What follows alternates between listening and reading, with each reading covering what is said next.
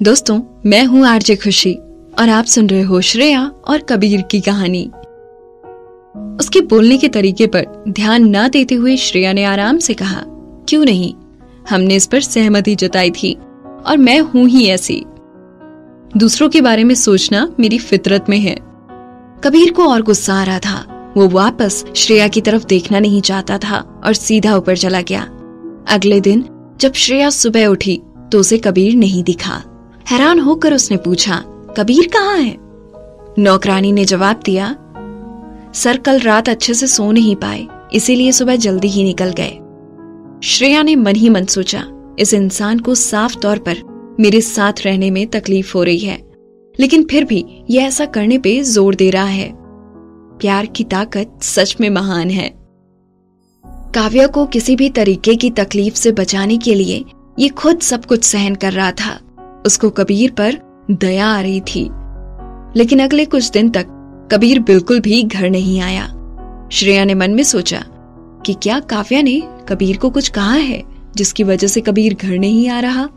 अगर ऐसा था तो ये दोनों के लिए ही अच्छा था।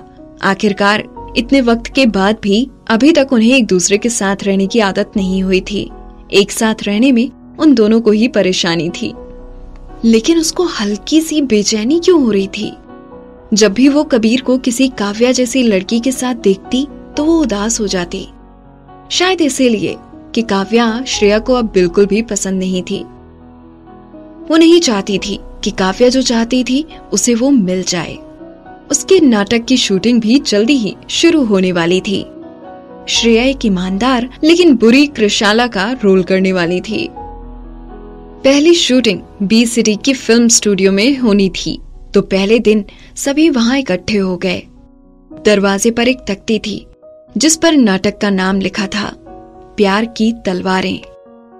जब वो नॉवेल आई थी तब वो बहुत ही ज्यादा पसंद की गई, इसीलिए इस नाटक की शूटिंग से पहले ही इसकी काफी चर्चा हो रही थी। और क्योंकि मेन हीरो देवेश कपूर था, इससे उम्मीदें और भी ज्यादा बढ़ गई थी।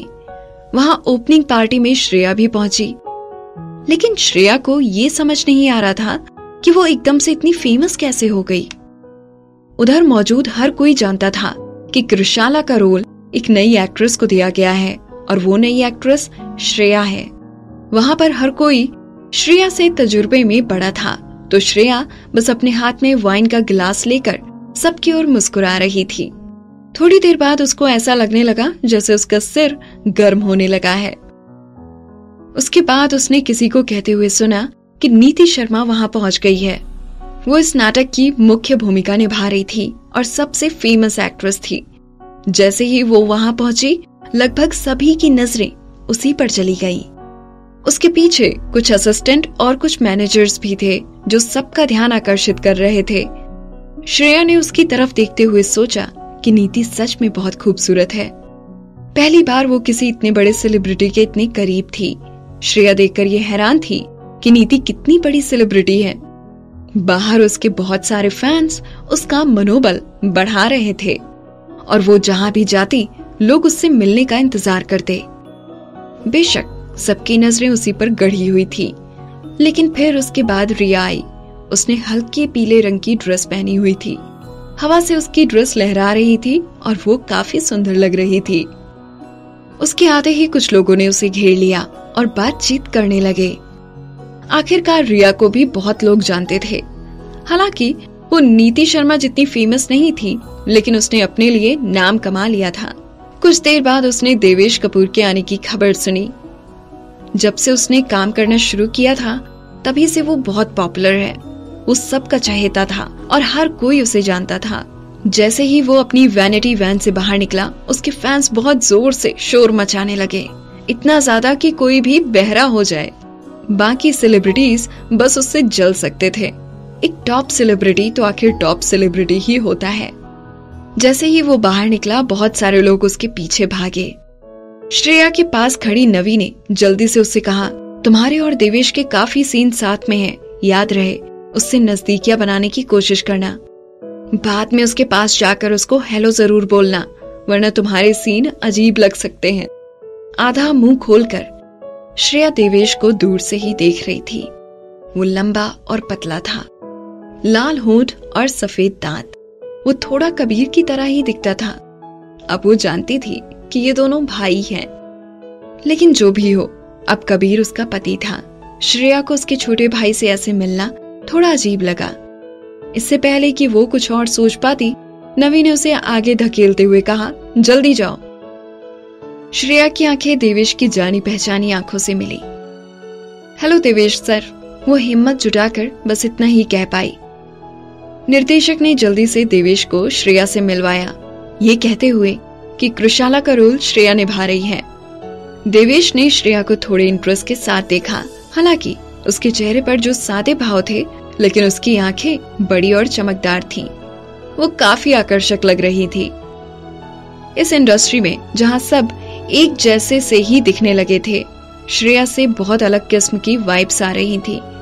उसने मुस्कुराते हुए पूछा, क्या मैं इतना डरावना दिखता हूँ? हाँ, नहीं, बिल्कुल नहीं। तो तुम मुझे देखकर डरी हुई क्यों लग रही हो? उसने मीठी सी मुस्कुराहट के साथ उसकी गोल और चतुर आंखों को देखा। श्रेया को थोड़ा अजीब लग रहा था। उसने ये सोच के शुरुआत में इसके इरादे देवेश को ड्रग्स देने के थे। रूखी हंसी हंसते हुए उसने कहा, नहीं, ऐसा कुछ नहीं है, मैं बस थोड़ा अनकंफर्टेबल फील कर रही हूँ। आप प्लीज बाकी सबसे मिलने सर, मुझे जाना होगा। हे, तुम मुझसे दूर क्यों भाग रही हो? कंफ्यूज होकर देवेश ने निर्देशक को पूछा, क्या मैं बहुत डरावना लग रहा हूँ? निर्देशक ने इशारों में श्रेया को डांट लगाई। बिल्कुल भी नहीं सर, कितने ही लोग आपके जैसा बनना चाहते हैं। श्रेया वहीं खड़ी रही ताकि उसको रिया से मिलना ना पड़े। ये अच्छी बात थी कि हालांकि रिया भी इस नाटक में काम करने वाली थी, लेकिन उसके साथ में कोई सीन नहीं थे। श्रेया इस बात से काफी खुश थी। वो चाहती थी कि वो इस नाटक की शूटिंग शांति से और अच्छे से खत्म करे, बिना रिया की वजह से अपना मूड खराब करे। जैसे ही वहां से निकलने का मौका मिला, श्रेया एक जगह आकर बैठ गई। जल्दी ही उसने अपने सिर के ऊपर से एक आवाज सुनी, हाय, यहाँ कोई बैठा नहीं है, है ना? श्रेया ने ऊपर की तरफ देखा तो वो देवेश था। उसका दिमाग एकदम खाली था। नहीं, उसने कहा। देवेश उधर बैठ गया और उसने अपनी टांगे एक के ऊपर एक रख ली। उससे हल्के से जंगलीपन की भावना आ रही थी।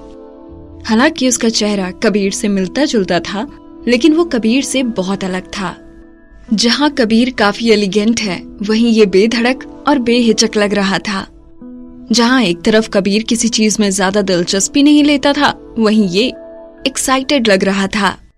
श्रेया ने अपना गिलास उठाया और पानी पी लिया। उसने रिया को अपनी तरफ देखते हुए देखा और वापस देवेश की तरफ मुड़ गई। देवेश ने उसको पूछा, तो तुम कृशाला का रोल कर रही हो? श्रेया ने अदब से हाँ में सिर हिलाया। एक सीनियर के साथ ऐसे ही पेश आना चाहिए। तो हमारे सीन्स साथ में भी होंगे, देवेश ने कहा। श्रेया ने जवाब दिया, जी हाँ, मैंने स्क्रिप्ट पढ़ी है। देवेश ने श्रेया में इंटरेस्ट लेते हुए उसकी तरफ देखा और कहा, अब क्योंकि हमारे सीन साथ में है, तो तुम्हें नहीं लगता हमें पहले एक दूसरे के करीब आ जाना चाहिए? श्रेया ने अपना सिर धीरे से ऊपर उठाते हुए कहा, लेकिन हमारे कोई प्यार वाले सीन्स नहीं है। देवेश कुछ देर के लिए कुछ बोल नहीं पाया। उसने श्रेया के इरादे भांप लिए और बोला, लगता है तुमने सारी स्क्रिप्ट पहले ही पढ़ ली है। जी, श्रेया ने कहा। इस कहानी में आगे क्या हुआ जानने के लिए सुनते रहिए मुझे, यानी आरजे खुशी को। यहाँ बस इतना ही। आगे की कहानी जानने के लिए सब्सक्राइब करें पॉकेट एफएम चैनल को और बेल आइकन क्लिक करके अगले एपिसोड का नोटिफिकेशन पाएं। लेकिन आप सारे एपिसोड अभी सुनना चाहते हैं तो डाउनलोड करें हमारा pocket FM app. Link description में है, जहां आप पाएंगे इस शो के सारे एपिसोड्स और साथ ही इसके जैसे और भी बेहतरीन शोज, वो भी एकदम फ्री। हाँ, फ्री है, तो देर किस बात की, अभी डाउनलोड करें पॉकेट एफएम ऐप।